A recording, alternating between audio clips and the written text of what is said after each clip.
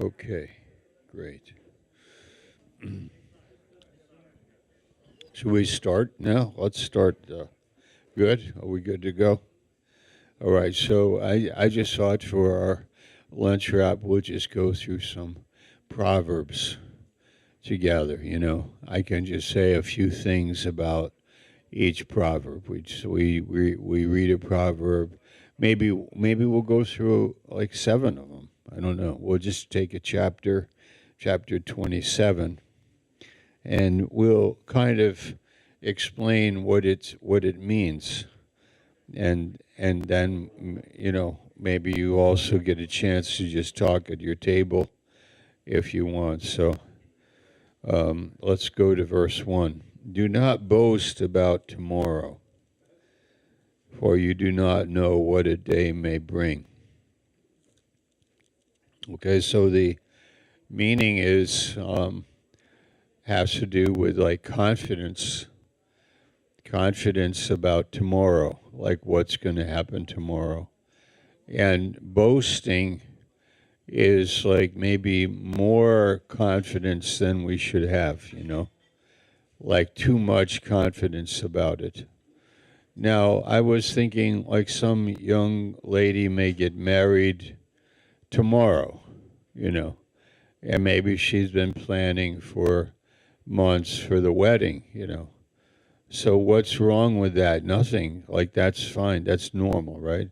Or that you bought a house, you're going to move into it, or you're excited about something that's going to happen tomorrow, like the Ravens are going to play, or what are some other things that are normally things that you could anticipate? Like, give me an example.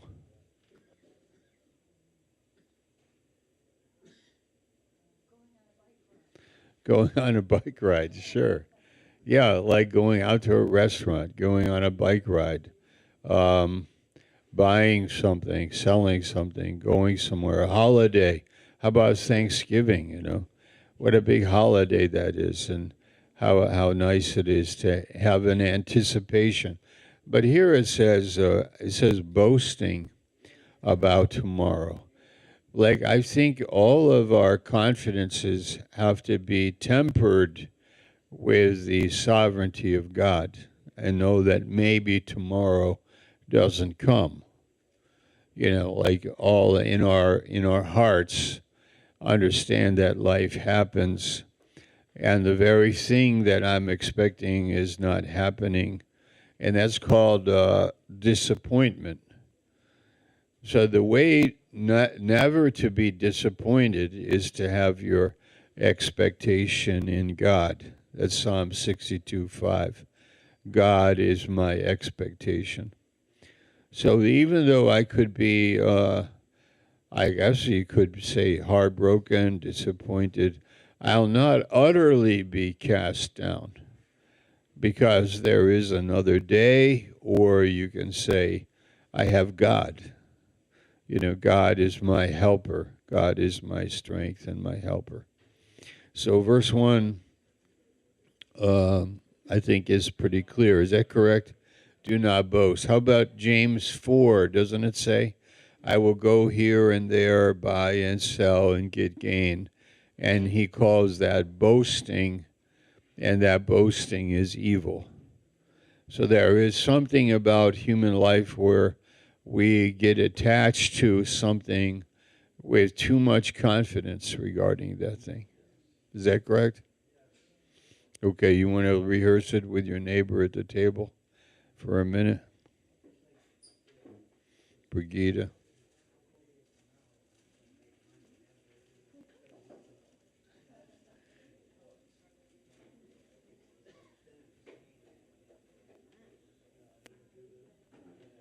Did you want to say something to me about it? Remember, this is on the internet. Could you repeat the question, please?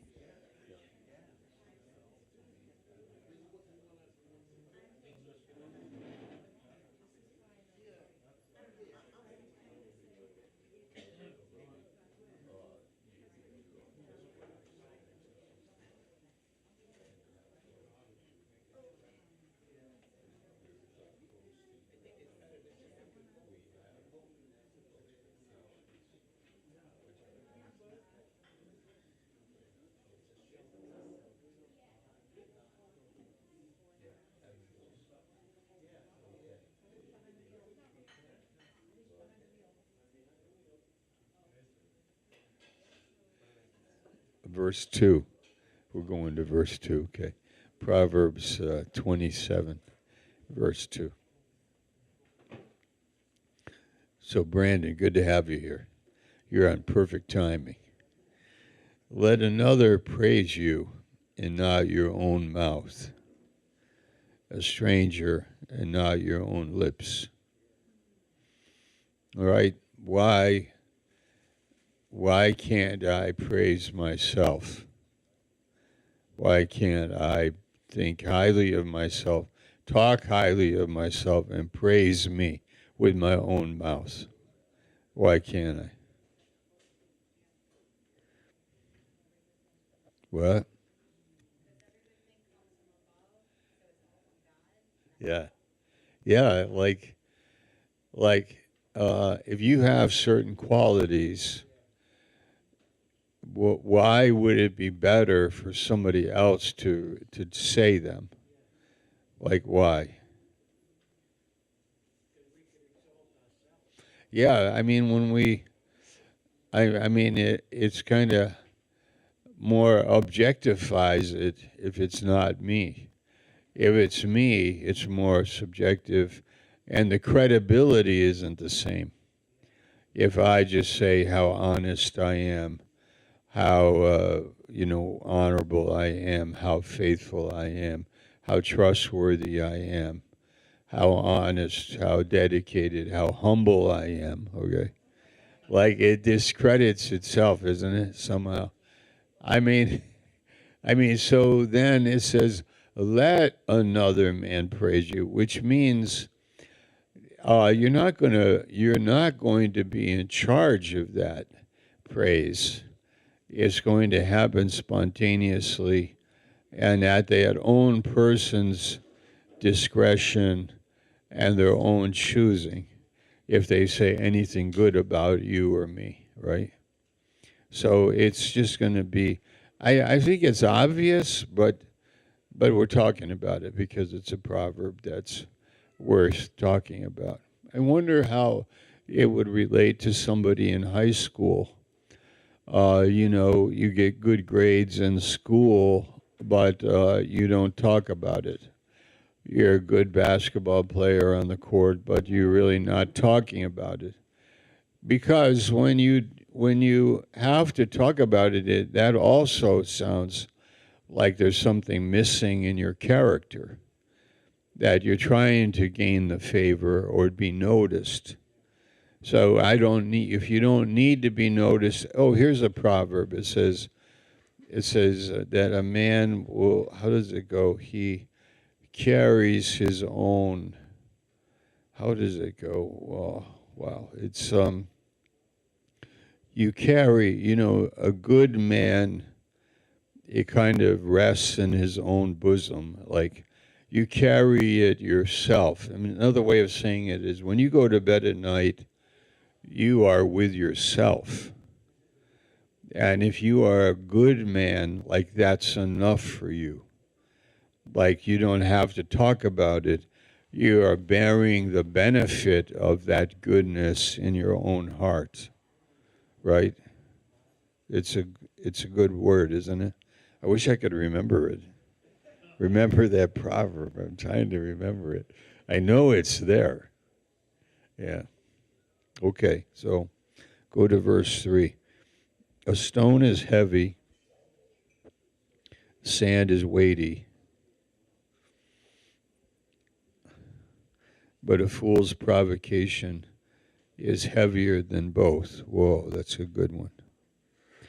A stone is heavy, sand is weighty, but a fool's provocation is heavier than both. All right. Do you want to, at your table, talk about it for a moment? I mean, you might do a better job than me.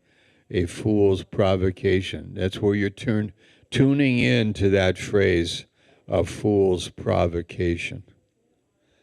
This is Proverbs 27:3.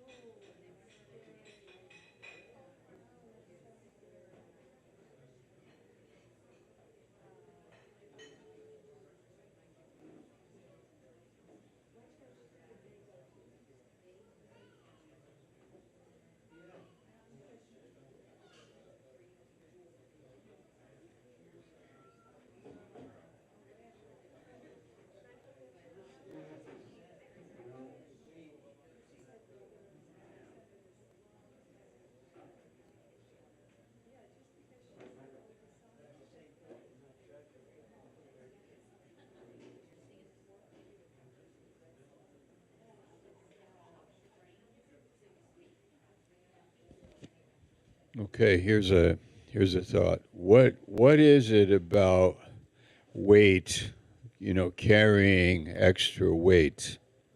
What is it about carrying extra weight, like carrying sand or a stone, a heavy stone, 20 pounds or 15 or 30 or something?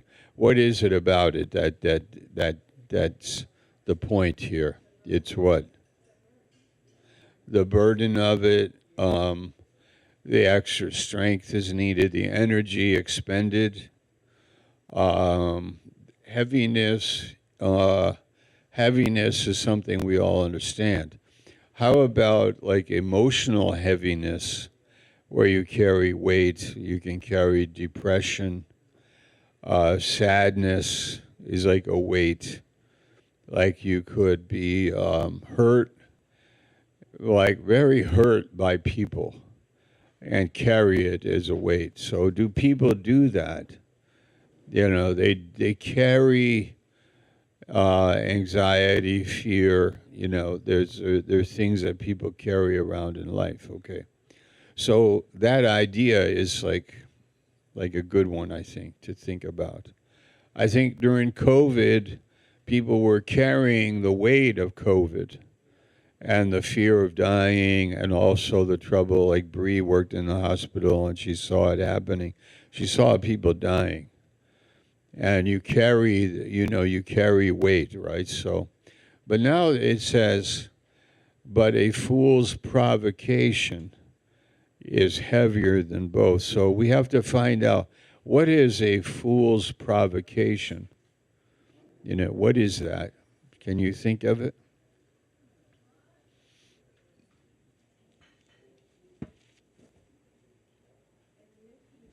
When I think of a question like that, I think of, where in the Bible is there a fool's provocation? I remember Rabshakeh from Assyria went to the wall of the city of Jerusalem and said to the people, Hezekiah was the king, and said, "Don't listen to this king." And remember, he spoke in Hebrew, and they yelled from the wall, like, "Don't speak in Hebrew." But then he wanted to speak in Hebrew so everybody could hear him, and say, "You're a fool to believe in God and trust in your God." And this king Hezekiah, he was a fool provoking. And what happened? The prophet said, "Not even an arrow will be fired against Jerusalem." And what happened in that event? What happened with the Assyrians? An death angel killed 185,000 soldiers in one night. Okay, fool's provocation. Anybody have another one? Okay, Sanballat from in Nehemiah, like who was provoking them to quit and stop. How about Jesus on the cross? Like, "Come down from there, we will believe in you," those kind of taunting things. How about an atheist saying, you're a fool, there is no God, there is no God. So a fool's provocation, like, if it's too foolish, you just dismiss it. But if it kind of gets at you, then you carry it like a weight, and you carry it like a stone or like a bag of sand. You carry it around with you. And it could happen in a marriage. It could happen in a friendship.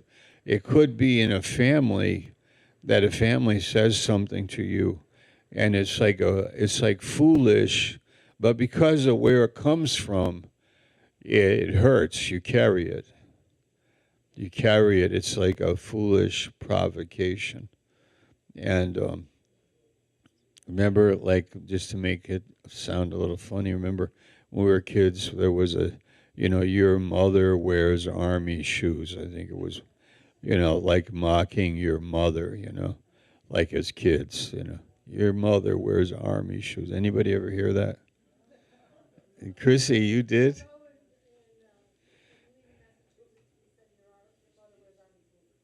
Army boots, I think. You're right.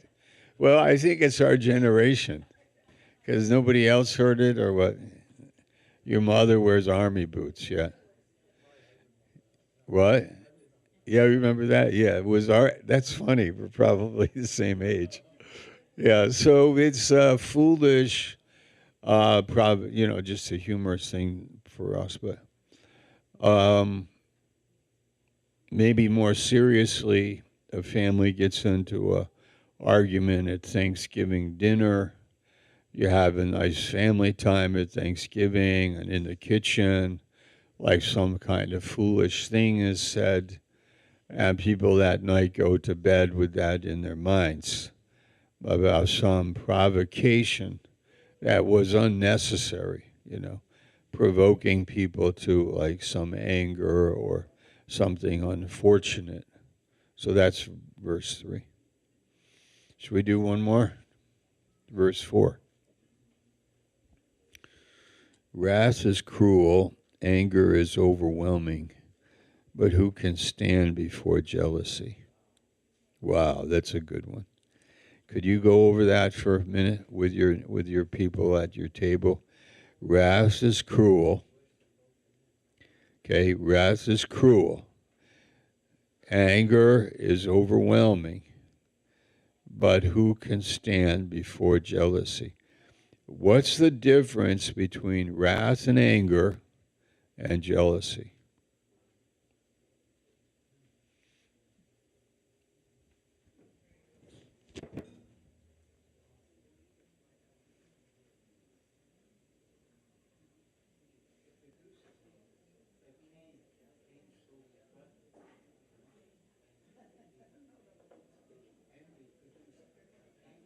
What? There can be vengeance involved, yes.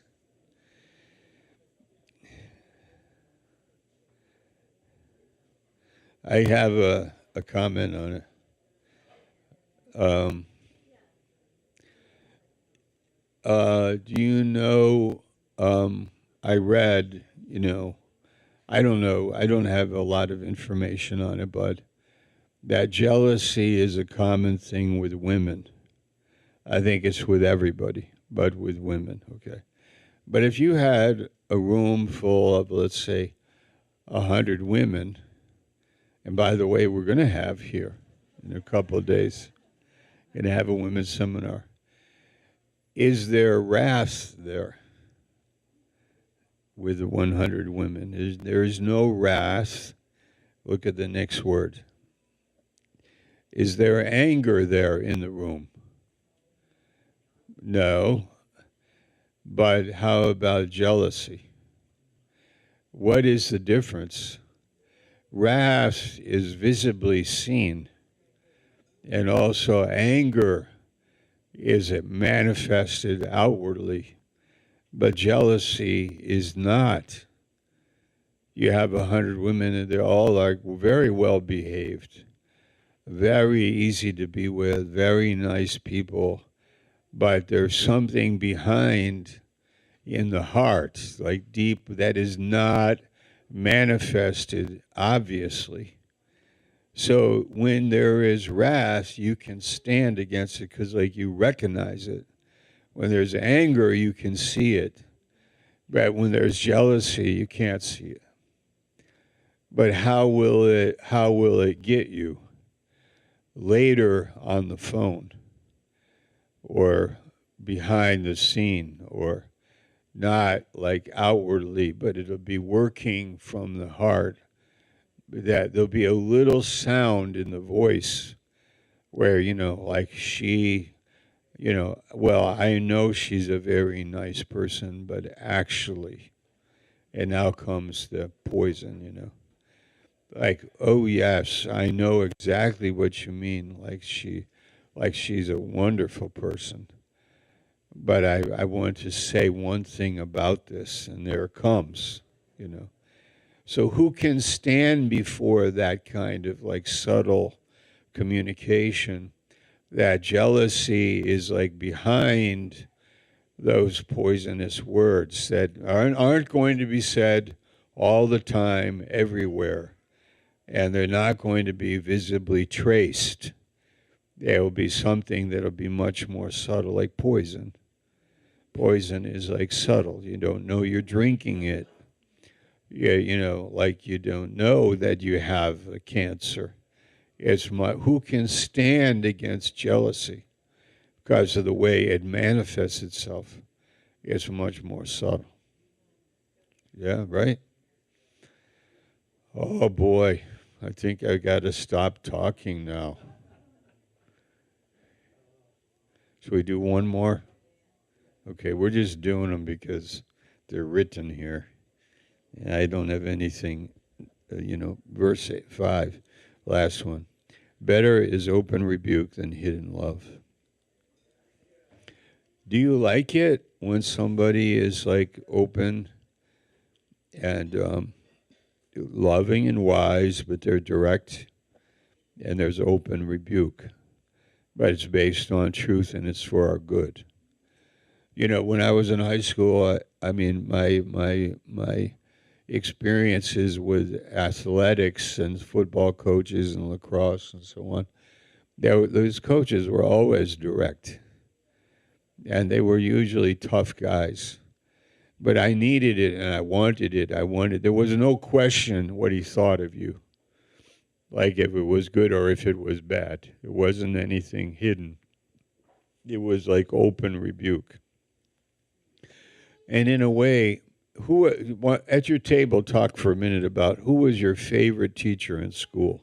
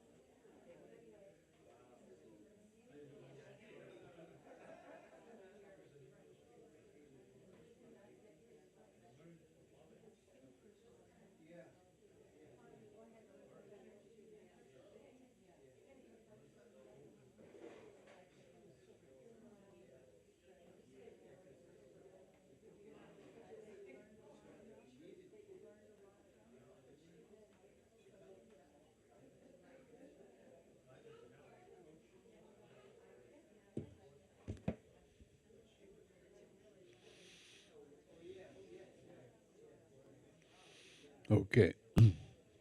Anybody have somebody who had a favorite? What grade was it? Okay. Yes. Okay.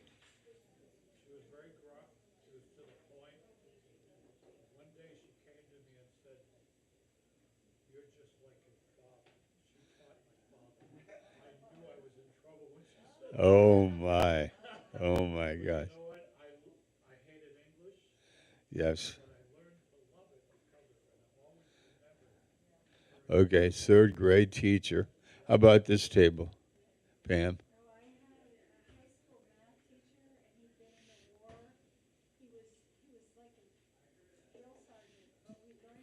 Mm. Yeah. Learn math. He was direct. Yeah. Huh? How about Valerie? Did you have one? Not really one particular one. Yeah. Oh, okay. Yes. The reason I bring it up because my sixth grade teacher was so tough. I mean, we were sitting there quietly, like he was also not talking a lot, but he was controlled the room by silence. Like really, he was, and he had a very deep voice. He was, yeah. So anyway, The verse is open rebuke is better. So sometimes when you're with somebody who doesn't talk a lot, you have to. It's a guessing game. It's a guessing game. Did I do something wrong? How about he or she are not expressing their feelings, and you don't know, and even you're looking for like could you talk? I was with a guy for hours in a car, and I said to him, I go, you don't talk much at all, do you? And he said no, and that was the end of that. But then what about being corrected? But they don't want to correct you because they don't want to offend you, or maybe they don't know how to correct you in a polite way. But I got to say, women are the best communicators that I have ever met.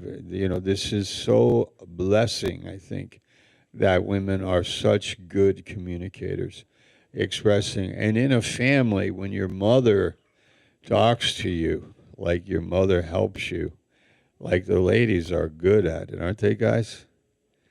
We grunt. When we are asked a question, we kind of grunt and roll over and disappear, but we don't show up. But open rebuke, like tell me and talk to me, but in love. Now, the Bible introduces to us this ability where we're able to communicate, talk, receive from each other, and learn how to talk. That's Proverbs 22:18, that the words are fitted in our mouths. And I would say to learn to be a soul winner is such a great exercise of faith and also communication. Like learn to tell stories, learn to listen to people, learn to communicate. And also, if you don't agree, learn to express it. So that's the meaning of open rebuke, isn't it? Like if you don't agree or you have something to say, but a lot of times people don't agree and they're just quiet and they go away. They disappear and you don't know why. But it might be good that they would learn how to express themselves and they would add something to the fellowship if we got their portion. It might be good.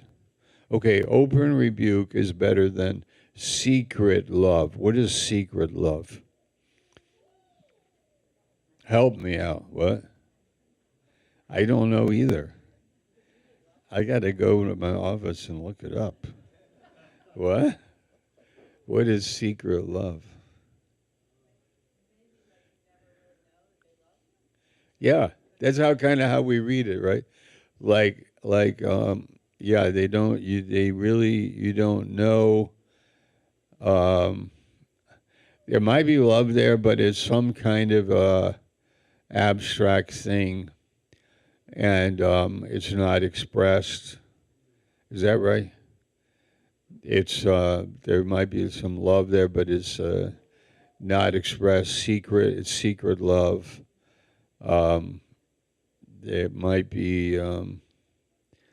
They're nurturing the hope of a relationship. Do you know how people sometimes are very subjective? This is a good question. What is subjectivity? Like people are very subjective. Like what is it? What is subjectivity? I have a little story I can tell you in a minute, but talk at your table.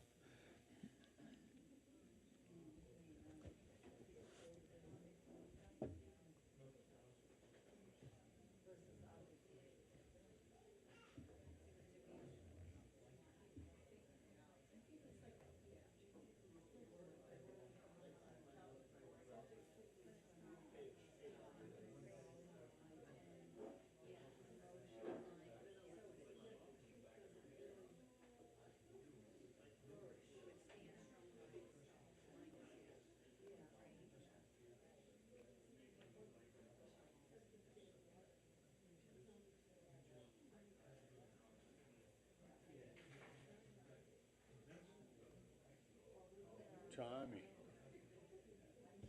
Hey, Tommy. Tommy, just for a minute. Come on.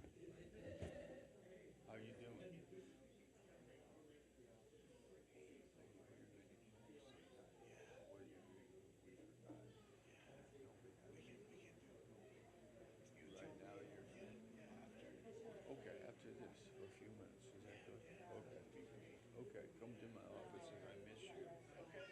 And I have to go in about 1:30, 1:20. We'll have time. Okay, great. Good. Okay, what is subjectivity? Anybody want to give a stab at it? Subjective mind, subjective reading into things, interpreting things through myself, through my emotions, through my own self. Okay, yeah, Pastor Jeff.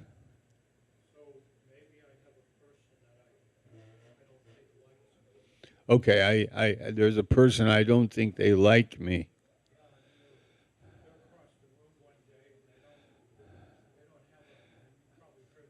What?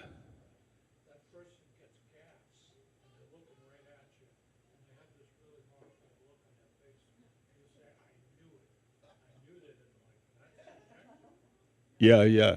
So somebody across the room, you feel they don't like you, then they there's some body language just randomly happens, and you interpret it as a confirmation for what you already felt, which that they don't like you. Exactly.